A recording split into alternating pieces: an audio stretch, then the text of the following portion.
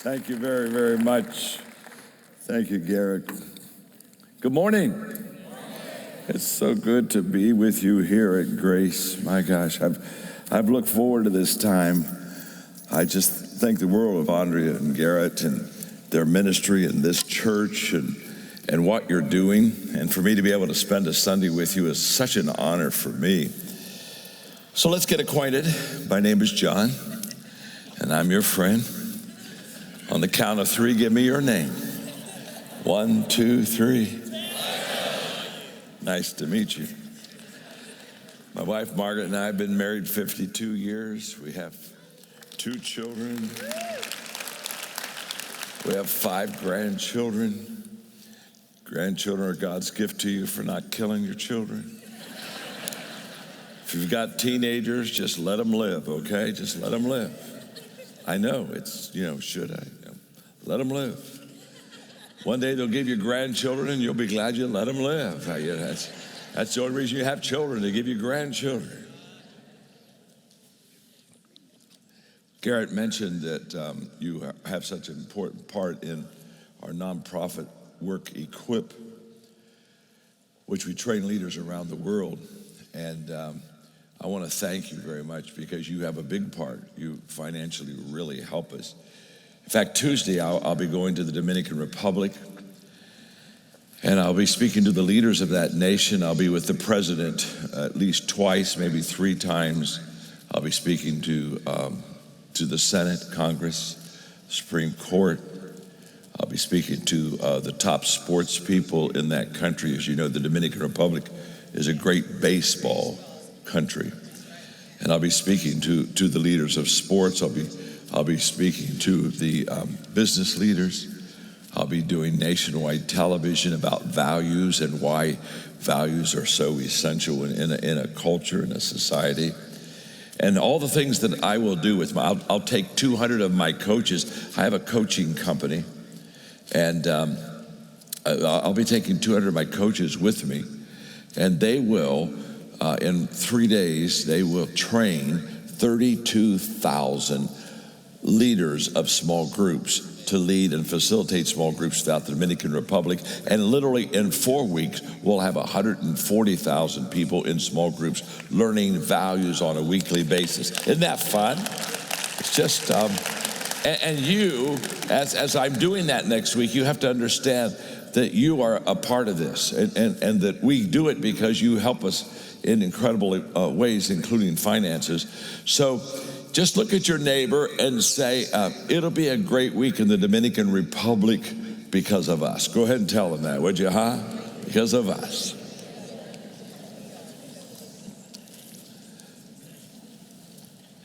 I want to talk to you today, to follow the theme that Garrett has. I want to talk to you about possessions and our perspective of possessions in a moment. But before I do that, I thought I would read this to you because people all the time are asking questions about life. What is it? And is there meaning and purpose in it? And what's my purpose in life? And what's really wonderful is, I'm 74. This is really wonderful. When you turn 65, you get wise. This is huge. It's just huge. And I'm looking out at some of you, you've got a long time to wait. You know that? But when you get 65, you just begin to understand things. It all begins to come together. And so I'm going to just use a little bit of my elderly wisdom with you today, and I'm going to explain life to you, okay? And in 2 minutes, you're going to understand life like you've never understood it before. In fact, look at your neighbor and say you're about to understand life. Tell them that you're just about to understand. In fact, look back at him and say, why do you think I brought you here? Huh? So here we go. On the first day, God created the dog. God said, sit all day by the door of your house and bark at anybody that comes by. I will give you a lifespan of 20 years. The dog said, that's too long to be barking. Give me 10 years and I'll give you back the other 10. And God agreed. On the second day, God created the monkey. God said, entertain people, do monkey tricks, make them laugh. I'm going to give you a lifespan of 20 years. The monkey said, how boring. Monkey tricks for 20 years? I don't think so. The dog gave you back 10, so that's what I'll do too. Okay, and God agreed. So on the third day, God created the cow. God said, you must go out in the field with the farmer all day long, suffer under the sun, have calves, give milk to support the farmer. He said, I'm going to give you a lifespan of 60 years. And the cow said, that's kind of a tough life that you want me to live for 60 years. Let me have 20 and I'll give you back the other 40. God agreed. So on the fourth day, he created man.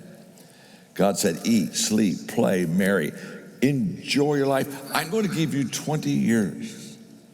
Man said, what? Only 20 years? I'll tell you what, I'll take my 20. Add the 40 the cow gave you back.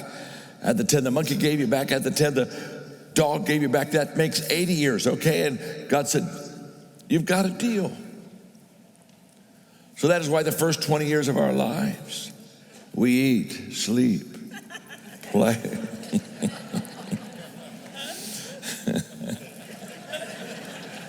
I see the train a-coming. We enjoy ourselves, and for the next 40 years, we slave in the sun to support our family. For the next 10 years, we do monkey tricks to entertain the grandchildren. The last 10 years, we sit on the front porch, and we bark at everybody that goes by. You've just had life explained to you right there. Isn't that fun?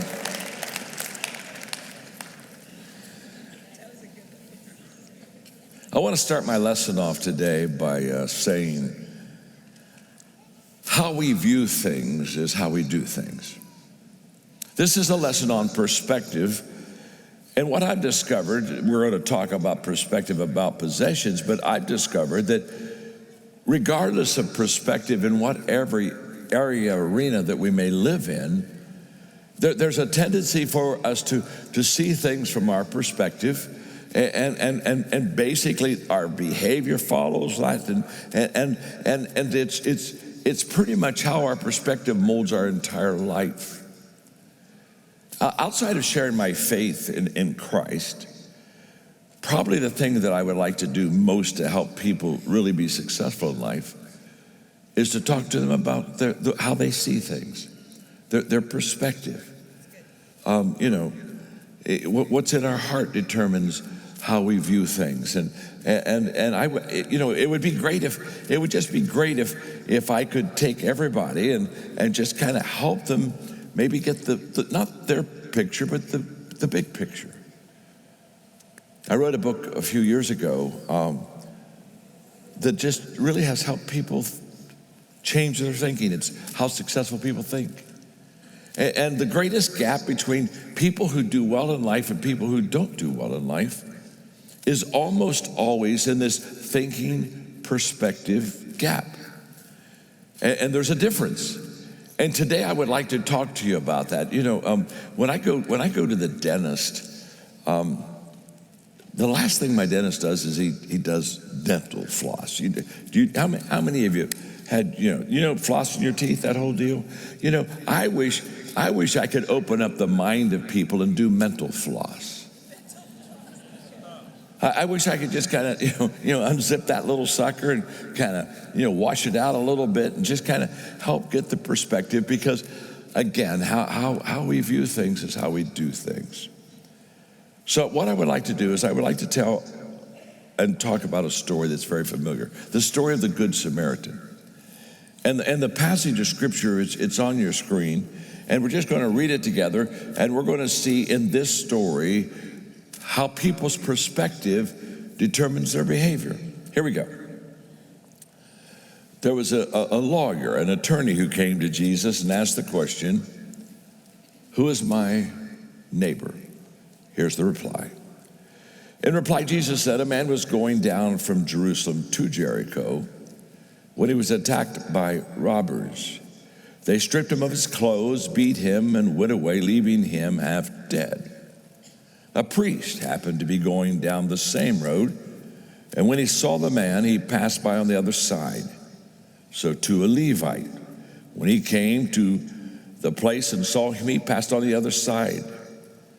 But a Samaritan who, as he traveled, came where the man was, and when he saw him, he took pity on him, and he went to him, and he bandaged his wounds, pouring on oil and wine. And then he put the man on his own donkey and brought him to an inn and took care of him. The next day, he took out 2 denarii and gave them to the innkeeper and said, "Look after him, and when I return, I will reimburse you for any extra expense that you may have." And then Jesus asked the question, "Which of these 3 do you think was a neighbor to the man who fell into the hands of robbers?" And the expert in the law replied, "The one who had mercy on him." And Jesus told him, "Go and do likewise." Now, it's a very simple story. We kind of know it. We're pretty familiar with this one. But in this story, there are 3 perspectives about possessions and people. And I want you to see them, and they're very simple. We're going to look, first of all, at the robber. The robber's perspective about possessions was, what is yours is mine, and I'm going to take it. It's very obvious that he saw this man coming down the road, and he said, "I'd like to have his possessions." So he robbed him, he beat him up, and basically he said, what is yours is mine, and I'd like to take it. And whenever I give this first perspective about possessions, we all kind of sit in our seat. We kind of feel real good and comfortable because we say, well, thank God that's not me. But it is. My name's John, and I'm your friend. It's me. In fact, to be honest with you, I was kind of born a robber. You see, we're all born in sin, and we're all born very selfish. And if you think that perspective somehow skips over you, you didn't see yourself as a child. Because when you see a little toddler, when you see a little child, one of the first things they express is the fact that everything they want should be theirs. And you can see it in their actions, and you can see it they're just grabbing. And they're grabbing and they're not asking. We were born with a little bit of this robber within us, this selfishness that basically says, you know what is yours is mine, and I'm going to take it. In fact, I saw this recently, and I'm passing it on to you. It's called property law from a toddler's perspective. And here's what kids say, little kids: if I like it, it's mine. If I can take it away from you, it's mine. If I had it a while ago, it's mine. If I say it's mine, it's mine. If it looks like mine, it's mine. If you're having fun with it, it's mine. If you lay down your toy, it's mine. If it's broken, it's yours. It's yours.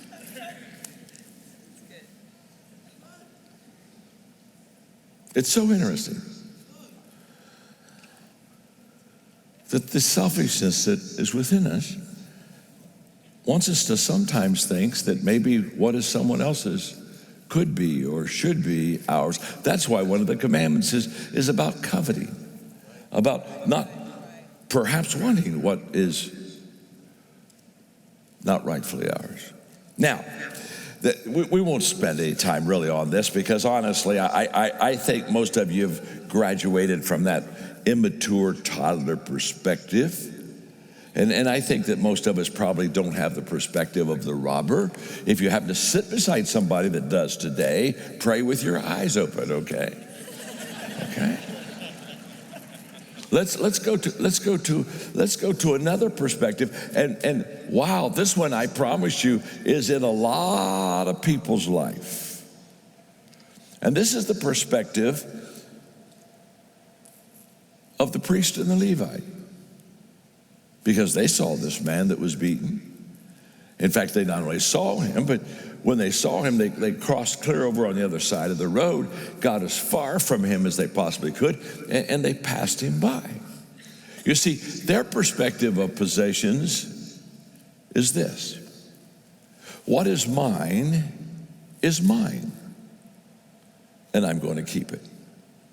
In other words, when they thought about the stuff that they had in their life, they looked at it and said, pretty much, it's mine. And I don't have to share it, and I don't have to give it, and I don't have to help. I mean, it's mine. Now, this is a perspective of many of us. We pretty much look at our stuff and we say, well, it's my stuff. And because it's my stuff, I don't want to be bothered. I don't want to be taking it. What's mine is mine. I have a good friend who we were talking one day, and he told me this story. And when he told me this story, I thought, this just fits so much into this perspective of what is mine, and I'm going to keep it. He took his son was, I think, 10 or 11. He took his son to McDonald's one morning.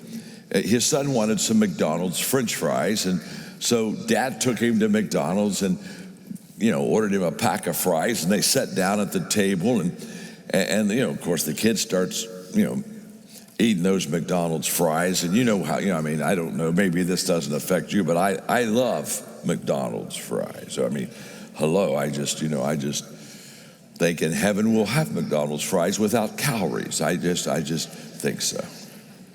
And so he's looking at those fries, he's smelling those fries, and so he just reached over and to take a couple fries to eat them, and he got his hand right there on the French fries in his son's packing, and his son grabbed his hand and pushed it away and said, no, Dad, you can't have any of these fries. These are my fries.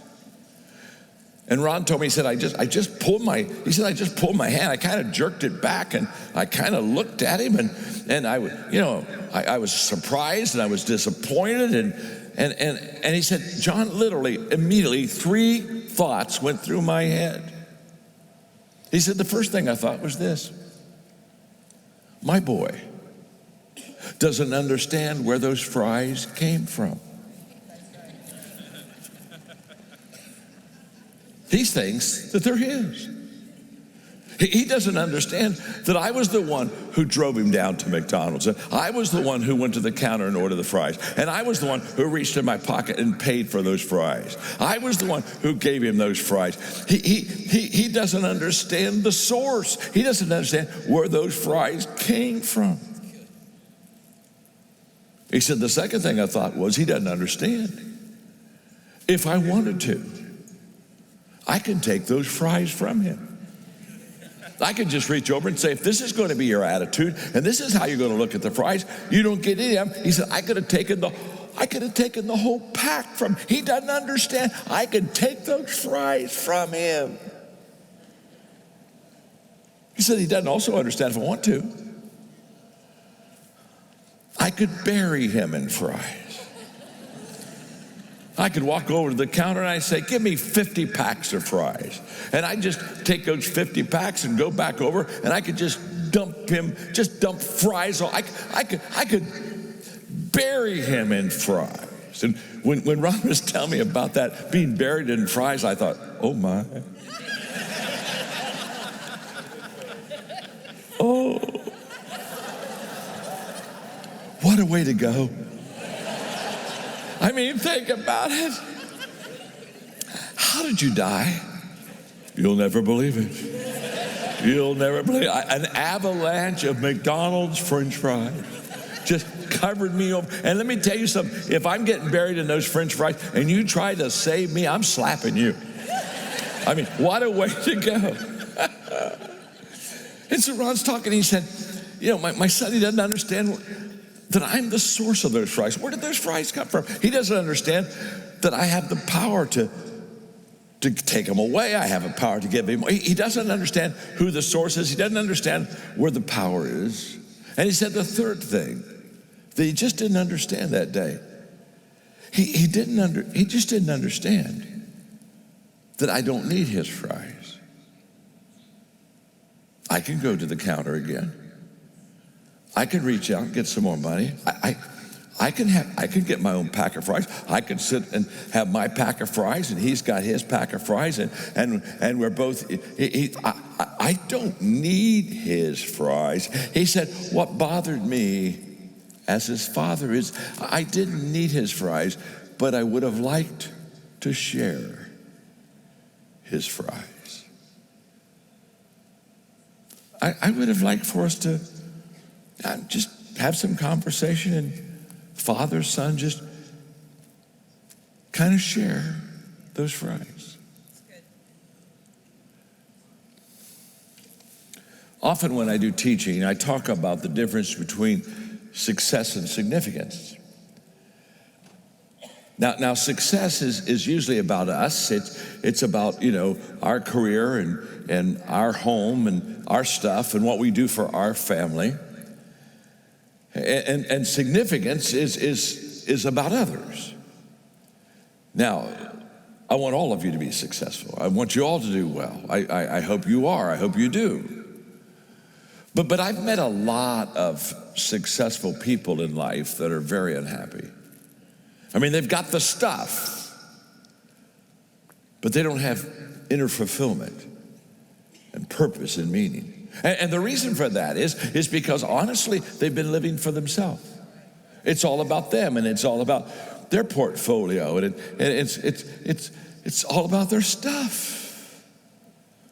I was speaking for Microsoft a couple years ago, and I was doing leadership with them all day, and toward the end of the day, they asked, we were doing Q&A with their leaders, and they asked me what my financial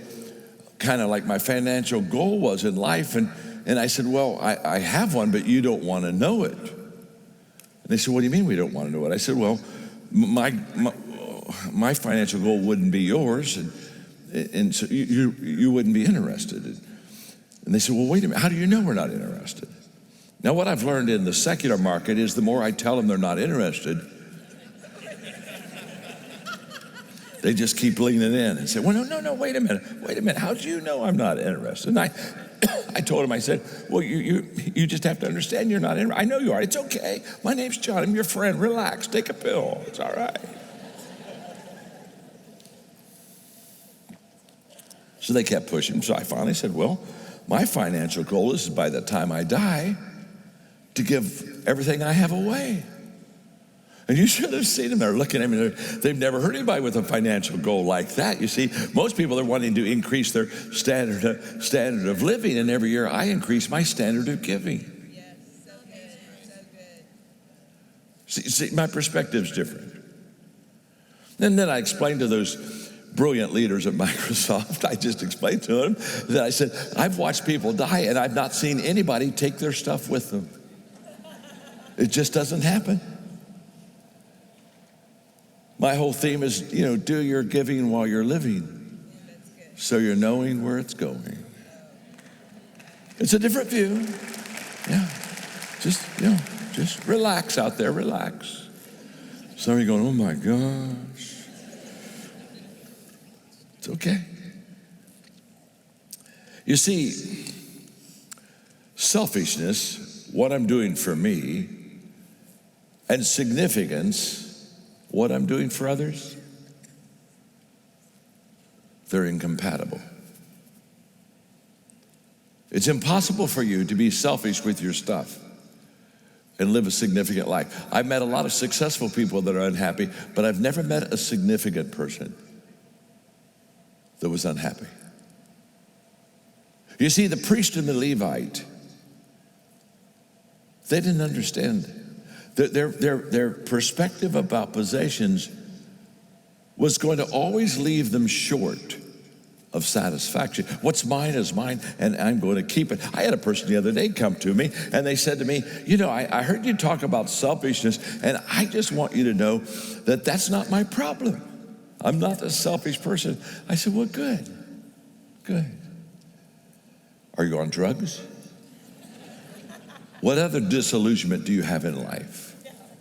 We're all selfish. We're born selfish. If you don't think you're selfish, just let me ask you a question. The next time you're in a group picture,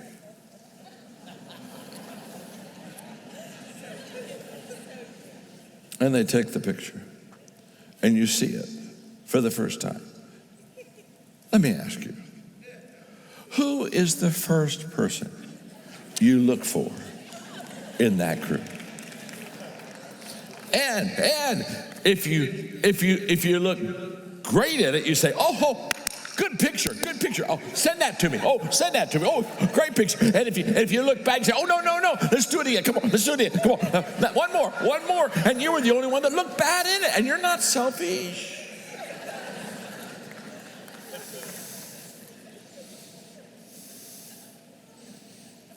What's mine is mine.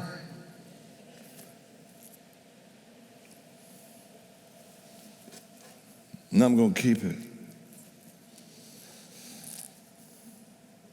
There's the third person in the story, and that's what they call the Good Samaritan.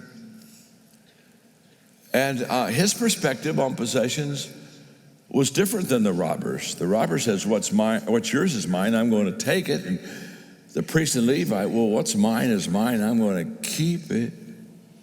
But the Good Samaritan, when he saw this man, he'd been beaten up and robbed, his perspective about possession is what is mine is yours, and I'm going to give it. And that's exactly what he did. He went over and he took care of the guy, kind of took care of his wounds, put him on his donkey, took him to a place that he could have some health care. What's mine is yours, and I'm going to give it. Now, I want you to understand that the priest, the Levite, and the Good Samaritan, they're all in similar situations. They all saw the problem. The man had been robbed. They all had the opportunity to help. They all had a reason not to help. Isn't it interesting? When the priest and the Levite saw him, they said, oh my gosh, I got to get away from this. Let's get over on the other side of the road. You see, the priest and the Levite, they said, if I stop to help him, I'm going to become inconvenienced. I mean, I'm going on down the road. I've got a lunch appointment today. Selfish people, the first thing they think of always is they're going to be inconvenienced.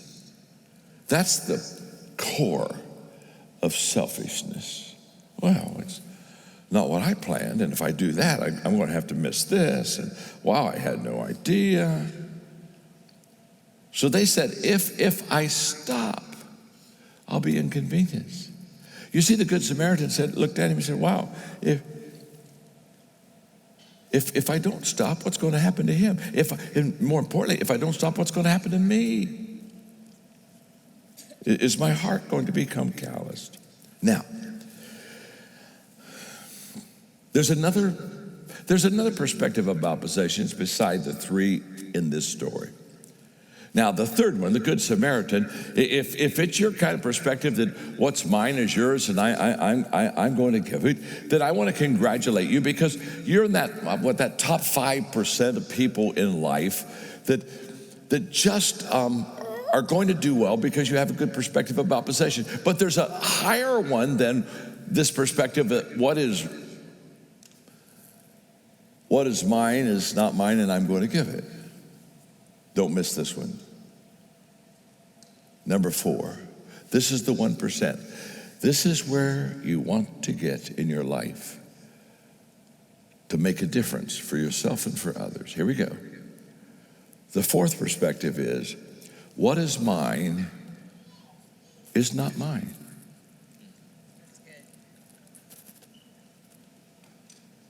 What's mine is not mine, and I'm going to manage it.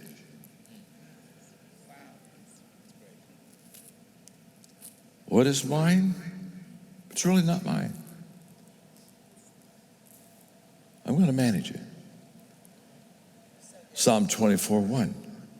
The earth is the Lord's, and everything in it, the world, and all who live in it.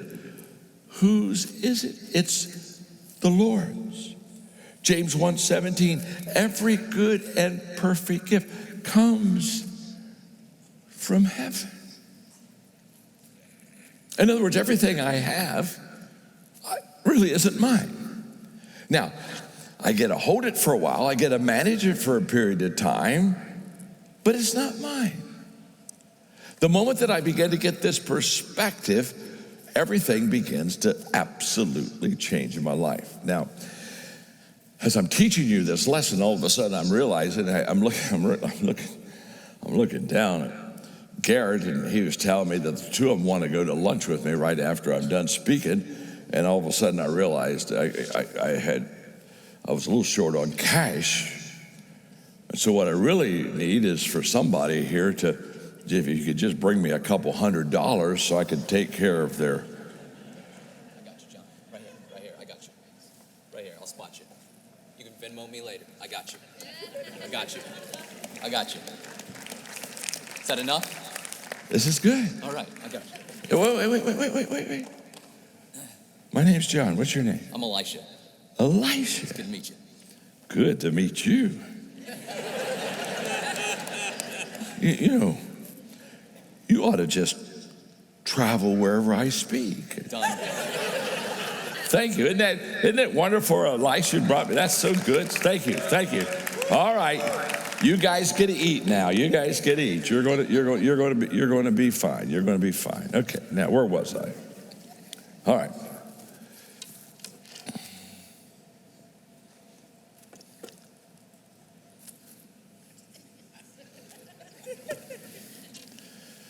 I can't go on because I've lost you. You're sitting in your seat and you're saying, what just happened? John's teaching him. All of a sudden he needs $200. And this kid comes up and gives him $200. Yeah, I know. Who is he and what happened and why did he do that? And then you're probably asking, why didn't I do that? I'm kind of asking that question myself.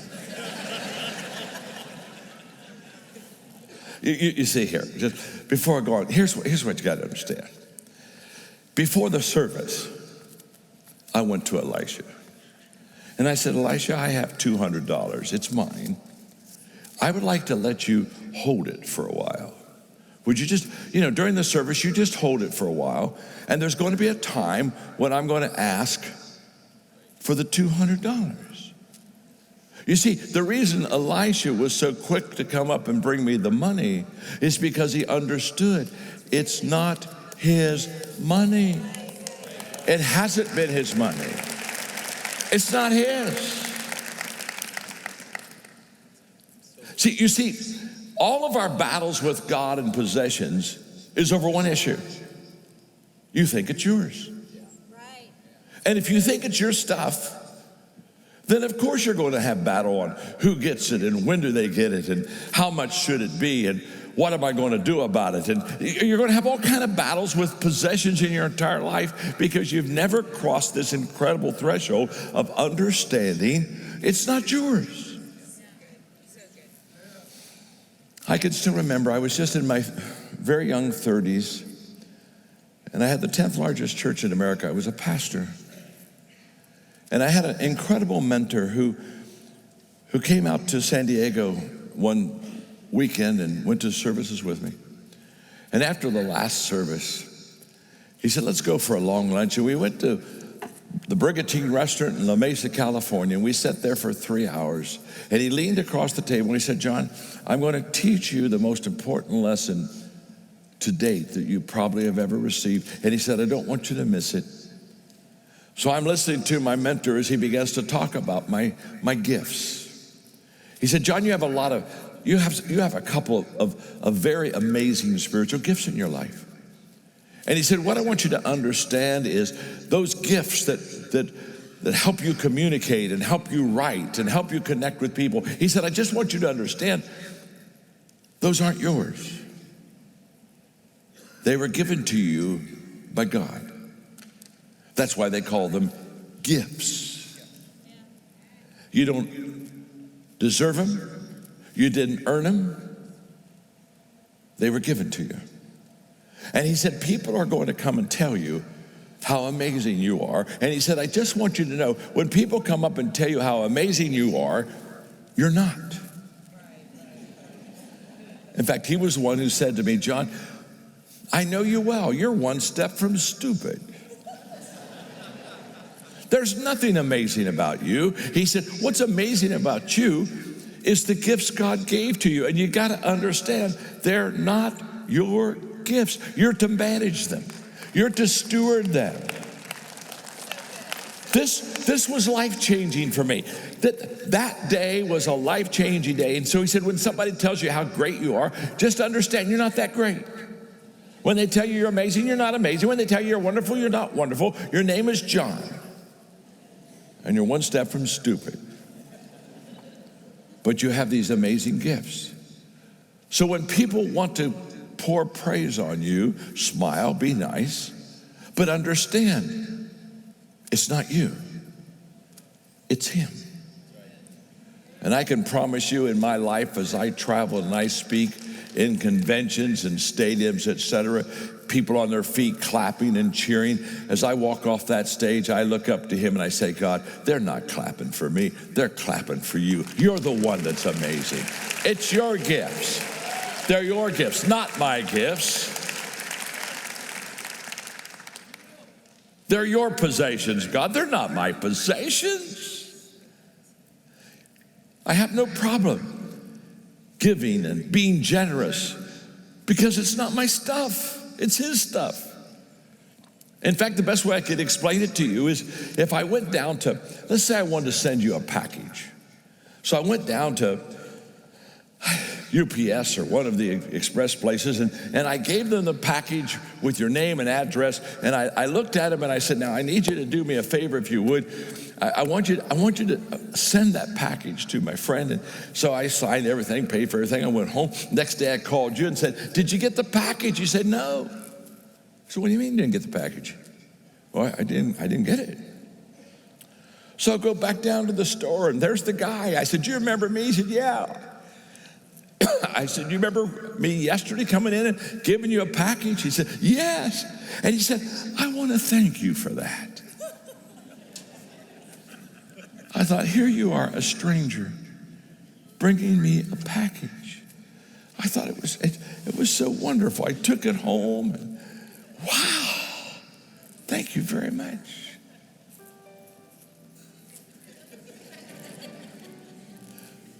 That wasn't for you. That was for someone else. You see, you're just the delivery person. You see, all I am in life, this is so simple, all I am in life is I'm God's delivery boy. That's all I am.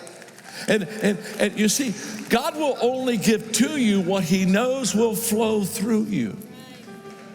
You're to be a river, not a reservoir.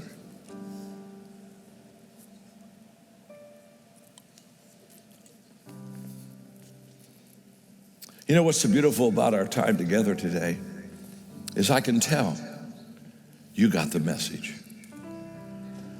That you're going to walk out of the auditorium in a little bit and your perspective is going to begin to be changing. It's going to change. You're going to begin to understand that every good and perfect gift comes from him. And you're going to begin to understand that you're God's delivery boy or you're God's delivery girl. You're catching it. And I just love that because the message is so clear and it's so beautiful because all fulfillment is living a life of generosity. All fulfillment is being able to take and pass on the incredible blessings that God gives us. And let me just say something else real quickly. God knows who he can trust. He really does. And when he finds somebody that's a good steward and has an open hand and just lets it keep going, he just says, I'm going to open up the windows of heaven. I'm going to pour out a blessing on that person. They can't even contain that blessing because he knows he can trust you with it.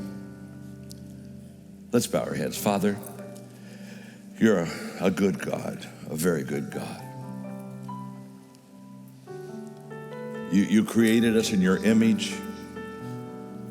You gave us spiritual gifts to help us reach our God-given design and potential. And then you bless us. And with your blessings, God, you expect gratitude from us and generosity to others. And I'm asking today that people, not only in this auditorium, but that are online, that are hearing this message, may perhaps for the first time perhaps, may they realize that all the good things that they have is because of your goodness to them, and that they're not theirs. They're just managers, stewards of them. So today, mark us with maturity. Help us to make some decisions, some major stewardship decisions in our life that will begin to change us forever. Because the moment you see that our heart is towards you and for others, you will bless us and you will overflow us with goodness, because you are a good God. And everybody said, amen. God bless you. Thank you very much.